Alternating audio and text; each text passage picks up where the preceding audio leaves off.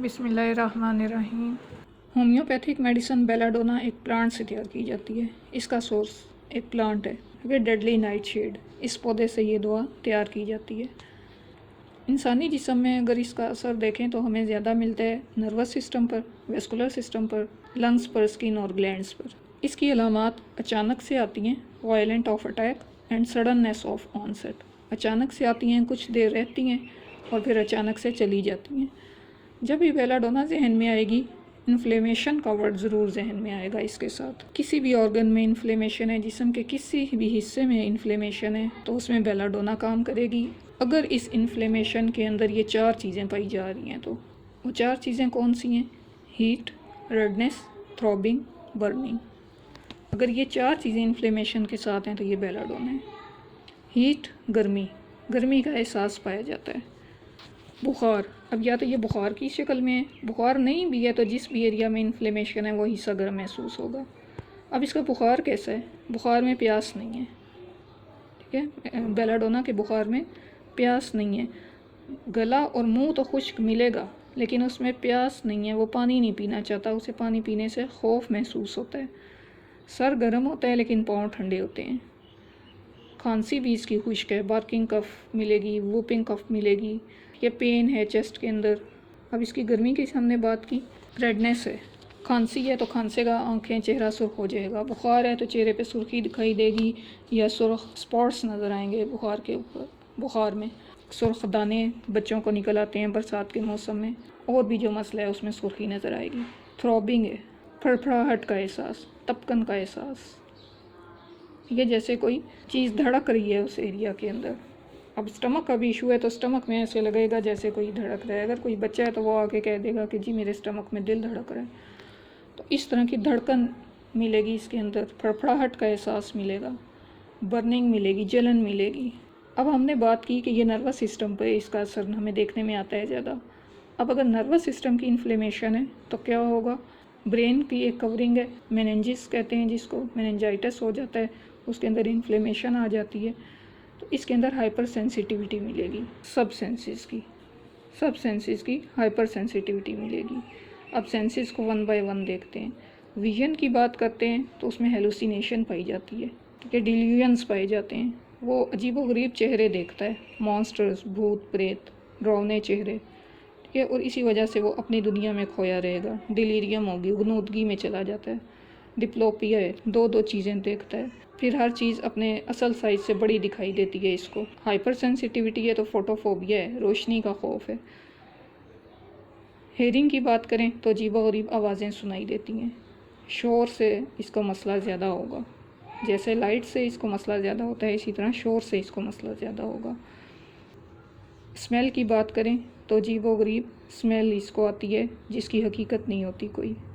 Speech की बात करें तो स्टैमरिंग है, स्पेशली बच्चों में देखने में मिलती है और बच्चे दांत पीसते हैं सोते वक्त। टच की बात करें तो छूना बर्दाश्त नहीं है, चाहता है कि इसे कोई भी ना छुए। छूने से इसकी बीमारी ज़्यादा होती है, यहाँ तक कि बाल कटवाता है तो इसको सर में दर्द होने लगता है। हॉर्सनेस है, लॉस ऑफ वॉइस। अब ये जो दांत पीसने वाली अलामत है ये इशारा करती है पेट के कीड़ों की तरफ, इंटेस्टाइनल वर्म्स की तरफ। अब इसी सेंसेस की हाइपर सेंसिटिविटी का नतीजा है कि एन्यूरिसिस पाया जाता है बच्चों में। बच्चे रात को बिस्तर गीला कर देते हैं। क्यों गीला कर देते हैं? क्योंकि वो रात को डर जाते हैं। रात को उनको ये चेहरे नज़र आते हैं, डिफरेंट तरह की वो आवाज़ें सुनते हैं और इसी वजह से वो बिस्तर गीला कर देते हैं। इसी वजह से नींद में बेचैनी भी मिलेगी। डर और खौफ की वजह से मरीज़, चाहे वो बड़ा है चाहे बच्चा है, वो चीख मार के जाग जाता है और दोबारा सो नहीं पाता। बच्चा रोता है, चीखता है, चिल्लाता है। बच्चों की अक्सर बीमारियों के लिए बेलाडोना एक बहुत बड़ी दवाई है। अच्छा, अब इसी इन्फ्लेमेशन की वजह से, ब्रेन के इन्फ्लेमेशन की वजह से कन्वल्जन्स हैं इसके अंदर, स्पेज़मोडिक इफेक्ट मिलेगा इसके अंदर, और इसीलिए ये दवाई एपिलेप्सी में, मिर्गी में इस्तेमाल होती है। अब एपिलेप्सी इसकी नौज़िया और वॉमिटिंग के साथ है, लेकिन ये आप ध्यान में रखें कि जो भी अलामत है उसके साथ हीट, थ्रॉबिंग और रेडनेस मिलेगी, ठीक है। बच्चे का चेहरा फ्लश्ड फेस, आँखें रेड हैं। अब वेस्कुलर सिस्टम की बात करें, ब्लड वेसल्स के अंदर इन्फ्लेमेशन होगी तो कंजेशन मिलेगी, सुकड़ाव आएगा ब्लड वेसल्स में। नतीजा क्या होगा? ब्लड प्रेशर इंक्रीज़ होगा, हार्ट इश्यूज़ सामने आएंगे। लीवर, लंग्स, इंटेस्टाइन्स या किसी भी ऑर्गन, वाइटल ऑर्गन की बात करें तो उसके अंदर भी यही आपको 4 अलामात हीट, थ्रॉबिंग, रेडनेस और बर्निंग मिलेगी। और ये हीट ऐसी है कि आप उसके अगर उसको लीवर का इशू है, लीवर में इन्फ्लेमेशन हो गई है, लीवर की जगह पर आप डॉक्टर हाथ रखेगा तो वो उस हीट को महसूस कर सकता है। थ्रॉबिंग है, पेशेंट कहेगा अंदर कुछ फड़फड़ाहट हो रही है उस ऑर्गन की जगह पर। किडनीज़ का इशू है तो किडनीज़ की जगह पर। रेडनेस आ रही है, वो एरिया इन्फ्लेमेशन की वजह से सुर्ख है। बर्निंग, उसमें जलन का एहसास है। तो ये अफेक्टेड ऑर्गन के एरिया में ये चीज़ मिलेंगी। एक्सक्रीशंस इसकी सारी गर्म होंगी, एक्सक्रीशन में भी हीट आएगी। फिर ब्लीडिंग है, हेमरेजेस हैं जहाँ पर भी, वो ब्लड भी रेड होगा। ठीक है, एपिस्टेक्सिस है तो एपिस्टेक्सिस नक्सीर, उसमें रेड ब्लड होगा। स्पिटिंग है, खांसी में वो थूक रहे तो थूक में उसका रेड ब्लड होगा। मेंसेस की बात करें तो रेड प्रोफ्यूज मेंसेस होंगे और उसमें भी गर्मी पाई जाएगी, हीट होगी। हिमाचूरी है तो उसमें भी यूरिन में ब्लड नज़र आएगा रेड कलर का। रीनल इश्यूज़ हैं तो यूरिन में फॉस्फेट मिलता है। अगर आप इसका यूरिन टेस्ट करवाते हैं तो यूरिन के अंदर फॉस्फेट मिलता है।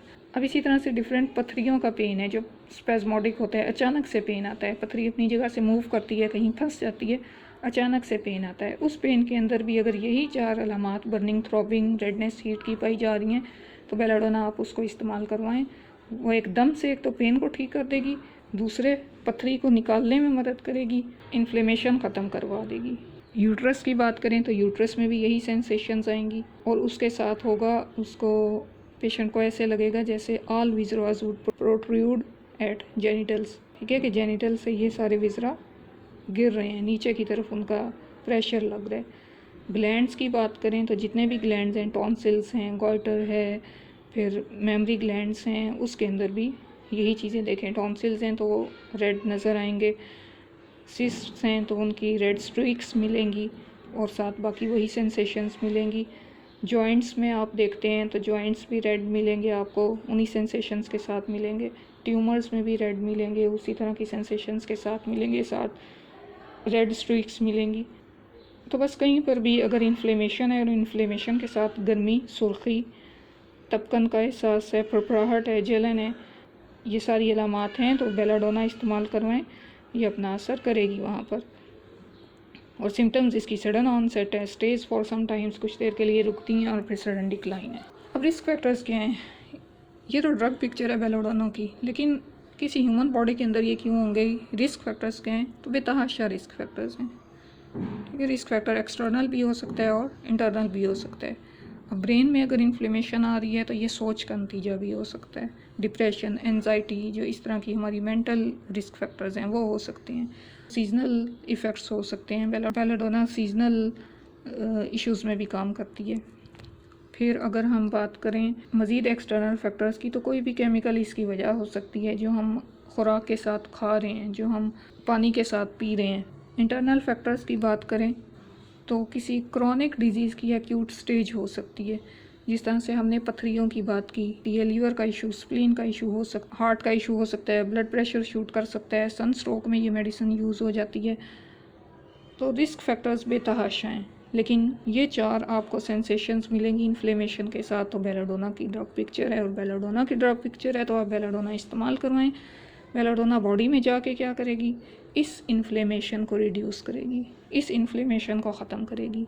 इन्फ्लेमेशन ख़त्म होगी तो सारी सिम्टम्स ऑटोमेटिकली ख़त्म हो जाएंगी, फिर चाहे वो मेंटल हैं चाहे फ़िज़िकल हैं, वो पेशेंट को सेहत और तंदुरुस्ती की तरफ ले जाएगी। अगर ऐसी स्टेज आ जाती है कि बेलाडोना अपना असर करना बंद कर देती है तो कैलकेरिया कार्ब इसकी क्रॉनिक है, इसके बाद कैलकेरिया कार्ब इस्तेमाल करवाएं तो वो क्योर का प्रोसेस कंप्लीट कर देगी और इंशाल्लाह मसला दुरुस्त हो जाएगा। अब यहाँ ये ख्याल रखने वाली बात है कि बेलाडोना के साथ एसिटिक एसिड यूज़ नहीं करवाना। एसिटिक एसिड मेडिसिन जो सिरके से बनी जाती है, इसको इसमें बेलाडोना के साथ यूज़ नहीं करवाना, ये इसके साथ कंपेटेबल नहीं है, गड़बड़ हो जाएगी। अब अगर हम कंक्लूड करें बेलाडोना को, तो बेलाडोना जो एक प्लांट से तैयार की जाती है, इन्फ्लेमेशन है इसके अंदर और इन्फ्लेमेशन के साथ हीट है, रेडनेस है, थ्रॉबिंग है, बर्निंग है। जहाँ पर ये सेंसेशंस मिलती हैं वहाँ पर बेलाडोना अपना असर करेगी। मॉडलिटीज़ देखें अगर बेलाडोना की, तो बेलाडोना के पेशेंट को दबाने से आराम मिलता है। प्रेशर से इसको आराम मिलता है और सेमी इरेक्ट पोजीशन में इसको आराम मिलता है और कैलकेरिया कार्ब इसकी क्रॉनिक है। नेक्स्ट वीक जिस मेडिसिन पर हम बात करेंगे वो है आर्सेनिकम एल्बम। इजाज़त चाहूँगी इस दुआ के साथ, अल्लाह हमारे नसीब हमारे मुकद्दर अच्छे करे, हमारे लिए आसानियाँ करे और हमें आसानियाँ बांटने की तौफीक दे। अल्लाह हाफिज़।